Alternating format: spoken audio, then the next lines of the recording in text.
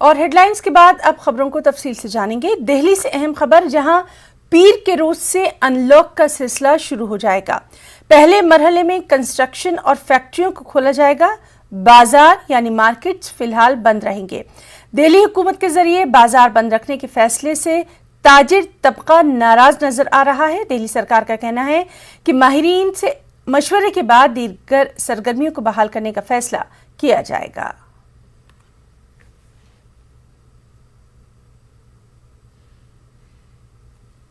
कल से दिल्ली में अनलॉक की प्रक्रिया शुरू होने जा रही है।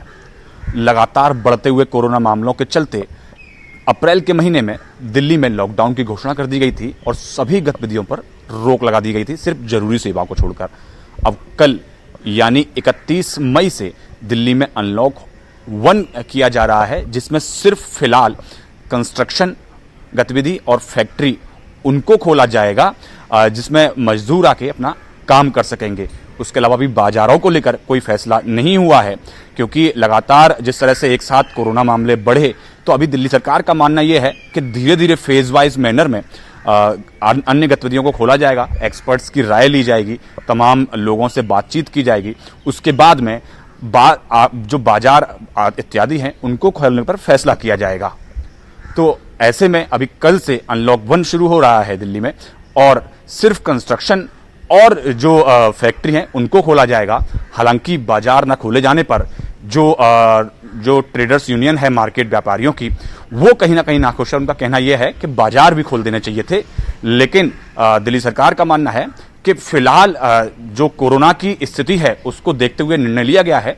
आगे एक्सपर्ट्स की राय के साथ में ये फैसले और लिए जाएंगे। कैमरा पर्सन प्रकाश गुप्ता के साथ पवन गौड़, नेटवर्क 18, दिल्ली। मध्य प्रदेश से अहम खबर, जहां कोरोना की रफ्तार में कमी आने के बाद अनलॉक की तैयारियां जारी हैं।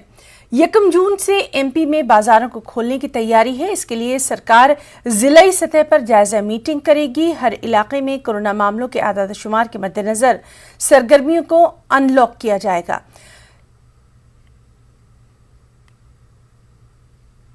जिन इलाकों में कोरोना के कम केसेस 1 जून से कोरोना कर्फ्यू में ढील कैसे दी जाएगी, धीरे धीरे अनलॉक कैसे करेंगे, ये जवाबदारी और जिम्मेदारी कोरोना के संक्रमण को रोकने की, नियंत्रित करने की और खत्म करने की अब जनता ने अपने कंधों पर उठाई है।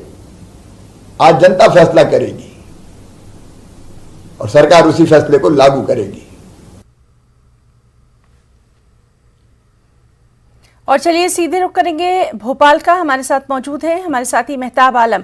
मेहताब, मध्य प्रदेश को भी अनलॉक करने की तैयारियां हैं, लेकिन साथ ही साथ कोरोना को देखते हुए क्या कुछ खास इस सिलसिले में इंतजामात है ना? मध्य प्रदेश के अलग अलग जिलों में जो क्राइसिस मैनेजमेंट कमेटी है उनकी मीटिंग जारी है, क्योंकि वजीर-ए-आला ने जो इसके लेकर जो है 6 कमेटियां बनाई हैं। सभी कमेटियों के कहा गया है कि 31 मई को तमाम लोग जो है क्राइसिस मैनेजमेंट कमेटी के साथ मीटिंग करके अपनी रिपोर्ट पेश करेंगे। फिर इसके बाद हतमी फैसला वजीर आला शिवराज सिंह करेंगे। और अभी तक जो ये तय किया गया, जो मोटी मोटी बातें तय की गई, उसमें यह है कि जिन अजला में कोरोना मरीजों की तादाद जो है 5% से कम है, वहां पर जो है ये जो सरकारी मुलाजमीन है उनके जो दफातर है वहां पर 50% से ज्यादा लोग जो है 50% तक लोग जा सकेंगे।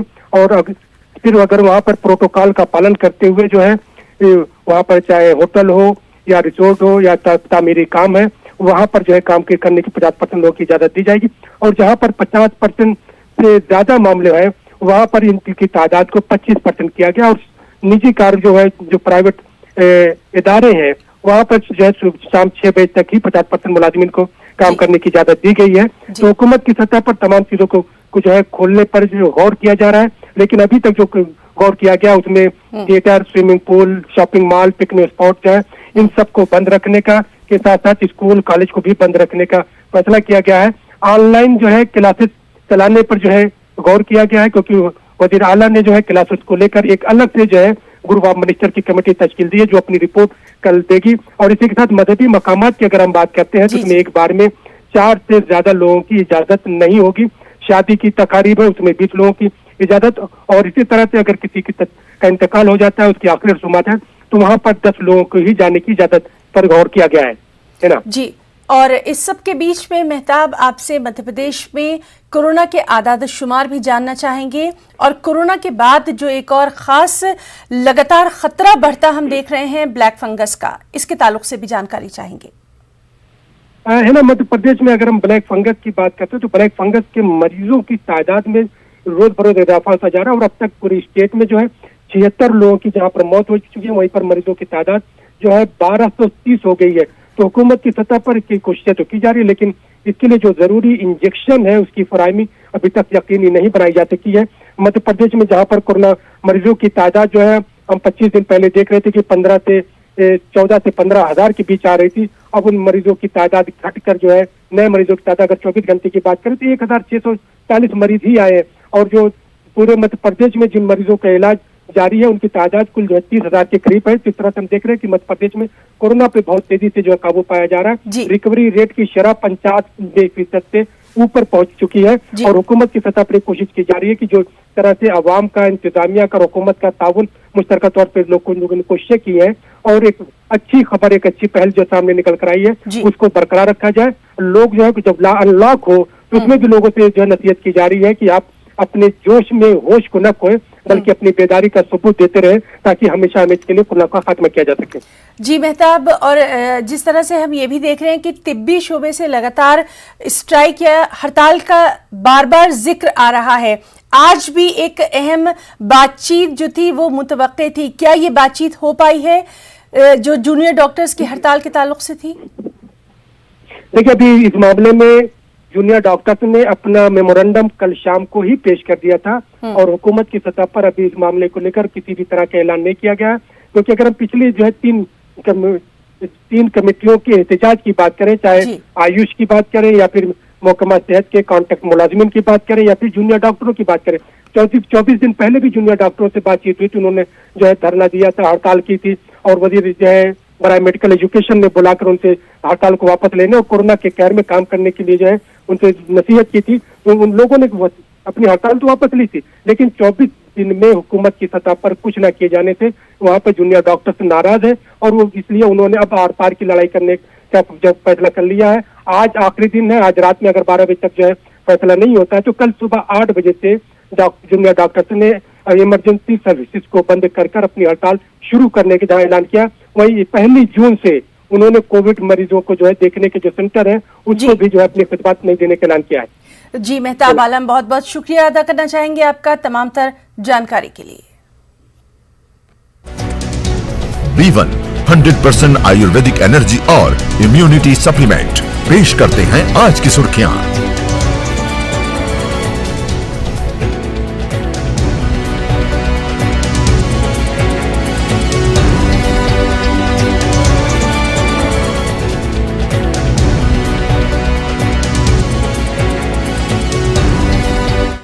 मगरबी बंगाल के सिलीगुड़ी मार्केट में लोग कोरोना गाइडलाइंस की धज्जियां उड़ाते नजर आए। बाजार में सोशल डिस्टेंसिंग का कोई पासो लिहाज नहीं रखा गया। लोग बिना मास्क और समाजी दूरी का ख्याल रखे बिना ही सामानों की खरीदारी करते देखे गए। तस्वीरों को देखकर आप अंदाजा लगा सकते हैं कि किस तरह यहां लोगों में कोरोना को लेकर कोई डर, कोई खौफ नजर ही नहीं आ रहा। ये तब है जब मुल्क में कोरोना की तीसरी लहर का खौफ बना हुआ है। सरकारें तीसरी लहर से निपटने की तैयारियों में मसरूफ भी नजर आ रही हैं, लेकिन आवाम के ताउन के बगैर कोरोना को शिकस्त देना बेहद बेहद मुश्किल साबित हो सकता है।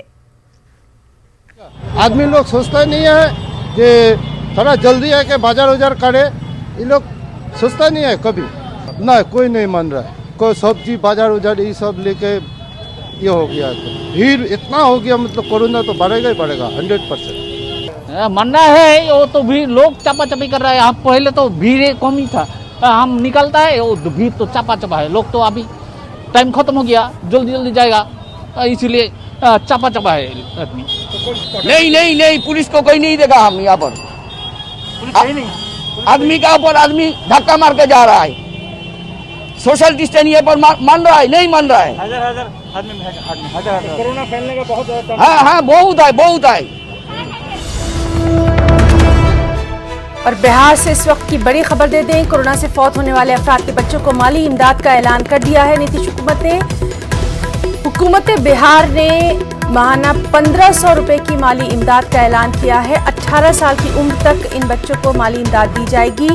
बाल सहायता स्कीम के तहत ये माली इमदाद दी जाएगी। कोरोना से वालिदैन में से दोनों या फिर किसी एक के इंतकाल पर ये माली मदद नीतीश हुकूमत की तरफ से दी जाएगी। तो जिस तरह से हम देख रहे हैं कि मुख्तलिफ रियासतें जो है वो अपने अपने तौर पर अब उन तमाम बच्चों की मदद के लिए, उन बच्चों की किफालत के लिए आगे आ रही हैं जिनके वालिदैन कोरोना से फौत हो चुके हैं। तो अब बिहार का नाम भी इसमें जुड़ गया है। 18 साल की उम्र तक इन बच्चों को ये 1500 रुपए की माहाना माली मदद का ऐलान हुकूमत बिहार ने कर दिया है। बाल सहायता स्कीम के तहत ये माली मदद दी जाएगी। वालिदैन का अगर इंतकाल हो जाता है या दोनों में से किसी एक के इंतकाल पर बच्चों को ये माली मदद दी जाएगी। नीतीश कुमार ने अहम मीटिंग में इस बात का ऐलान किया।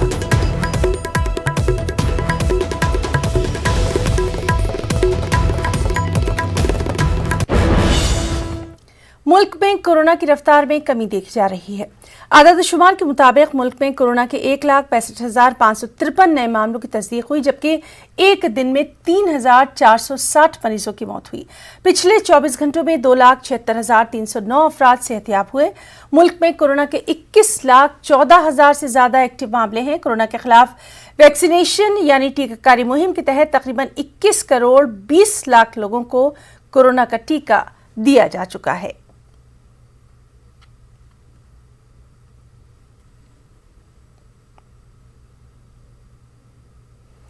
अलीगढ़ के BJP member parliament Satish Gautam ने दावा किया है कि अलीगढ़ में जहरीली शराब पीने से अब तक 35 लोगों की मौत हो चुकी है। जिला इंतजामिया सही आदाद-ओ-शुमार को छुपा रहा है। सतीश गौतम ने कहा कि 2 दिनों में सीनियर अफसरों पर कार्रवाई हो सकती है।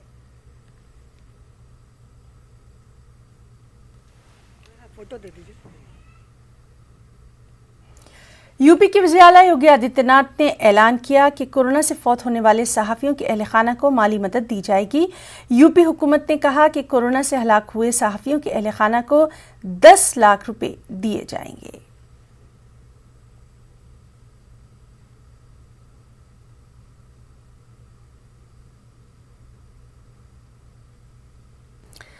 एक और अहम खबर, यूपी के वज़ीर आला योगी आदित्यनाथ ने ऐलान किया है कि कोरोना से फौत होने वाले सहाफ़ियों के अहले खाना को माली इमदाद दी जाएगी। यूपी सरकार ने कहा कि कोरोना से हलाक हुए सहाफ़ियों के अहले खाना को 10 लाख रुपए दिए जाएंगे।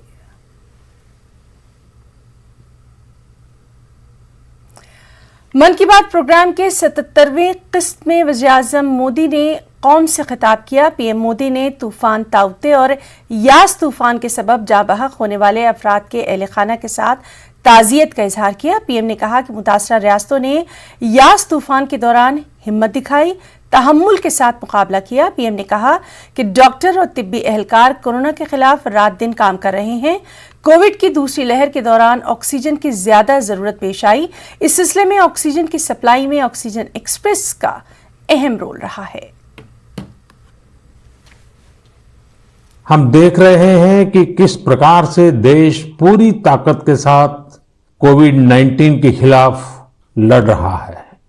पिछले 100 वर्षों में यह सबसे बड़ी महामारी है और इसी पैंडेमिक के बीच भारत ने अनेक प्राकृतिक आपदाओं का भी डटकर मुकाबला किया है।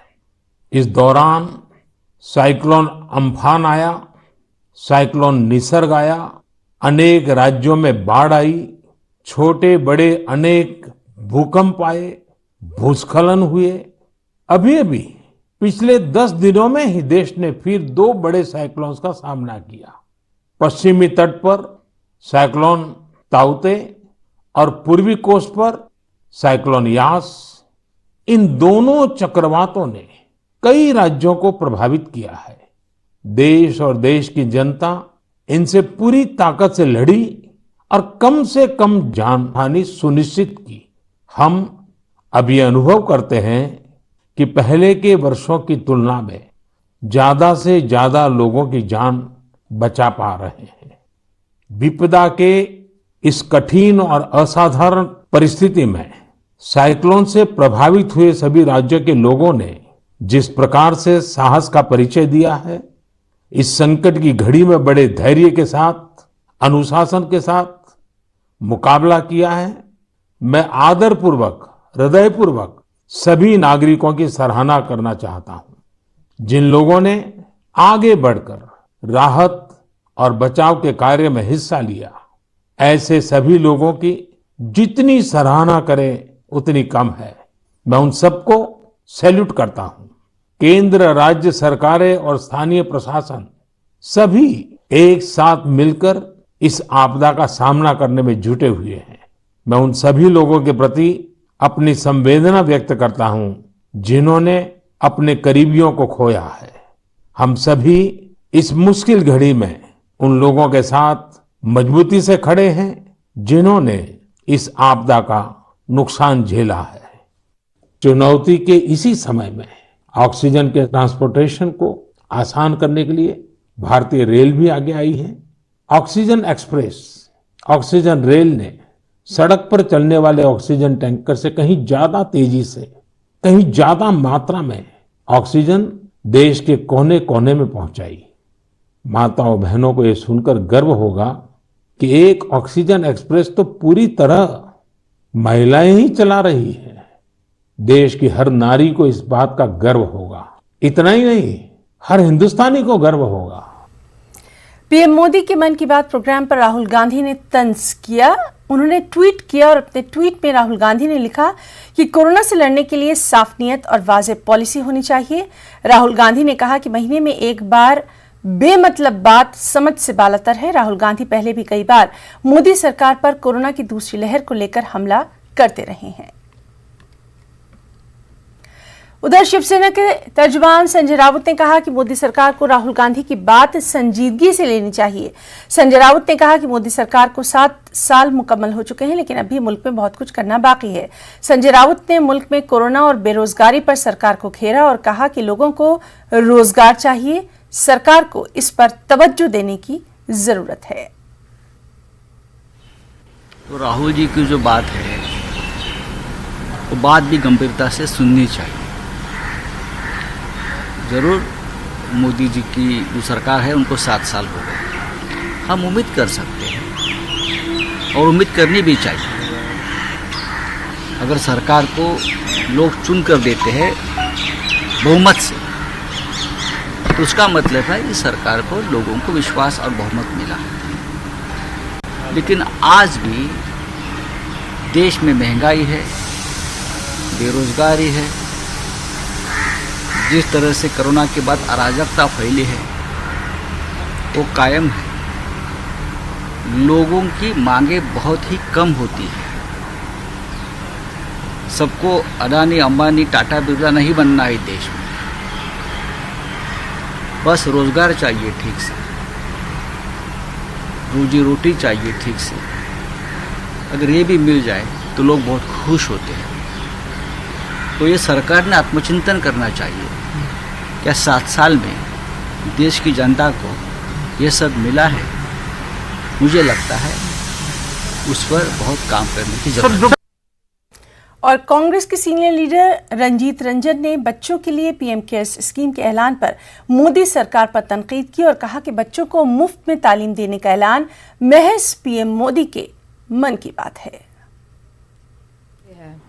पहले तो प्रधानमंत्री से ये क्लियर कीजिए ये उनकी मन की बात है या ऑफिशियली अनाउंसमेंट है, क्योंकि जिस तरह से वैक्सीन को आपने बोला फ्री बांटेंगे, मुफ्त बांटेंगे, पूरे देश को लगेगी, और आज जो स्पुतनिक भी इवन 900 रुपए का जो बोला गया वो 1200 रुपए की लग रही है। कोवैक्सीन और कोविशील्ड कहा जा रहा नहीं है, लेकिन अगर आप ऑफ द रिकॉर्ड हमसे पूछेंगे तो 2200 रुपए में लोग लगा रहे हैं। ये इस तरह का अगर आप मुआवजा या जो आप कह रहे हैं कि महामारी में जिनके पेरेंट्स चले गए हैं उन बच्चों को फ्री एजुकेशन की बात, तो हमें जहां तक मोदी साहब के कारनामे 7 सालों में दिखे हैं, तो मुझे तो लगता है ये सिर्फ और सिर्फ मन की बात है। और भोपाल से इस वक्त की बड़ी खबर आपको दे दें। हनी ट्रैप मामले में एसआईटी ने कमलनाथ को नोटिस भेजा है। कमलनाथ को 2 जून तक पेन ड्राइव सौंपने के लिए कहा गया है। तो आपको बताएं कि बेहद अहम खबर, हनी ट्रैप मामले में एसआईटी ने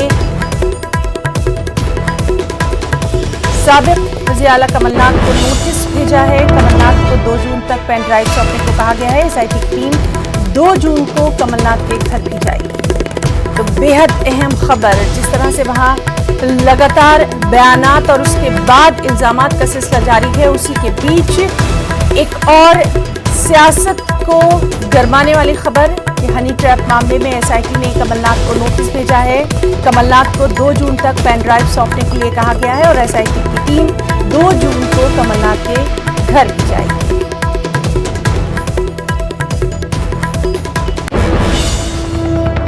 खबरों में इतना ही। आदाब।